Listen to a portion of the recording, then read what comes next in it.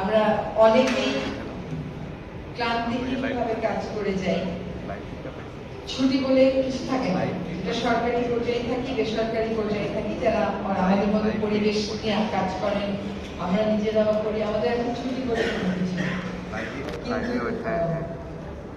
এই যে ক্লান্তিহীনভাবে ছুটে যাওয়া, আমি মনে করি যে আজকের যে আয়োজন এইটা আসলে এই ক্লান্তি যাতে কখনো না আসে সেটার জন্য একটা বড় নিয়ামক হিসাবে কাজ করে।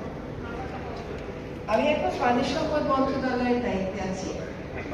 জীবনে 31 বছর পার করেছি নদী, পাহাড়, বন এসব রক্ষায় আন্দোলন করে।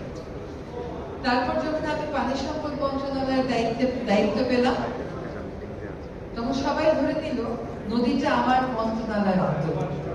নদী আসলে আমার মন্ত্রণালয়ের অন্তর্ভুক্ত না।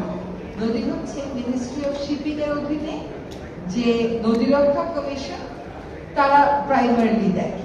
তো আমি যেহেতু পানি সম্পদ মন্ত্রণালয়ের দায়িত্বে আছি এবং নিজে একজন পরিবেশ কর্মী, একজন নদী কর্মী, এবং এটাই হচ্ছে আমার আলটিমেট পরিচয়। এখনকার পরিচয়টা সাময়িক, সেজন্য পানি আইনের মাধ্যমে নদী নিয়ে কি কি করা যায় সেটা চিন্তা করে আমি কাজ শুরু করেছি।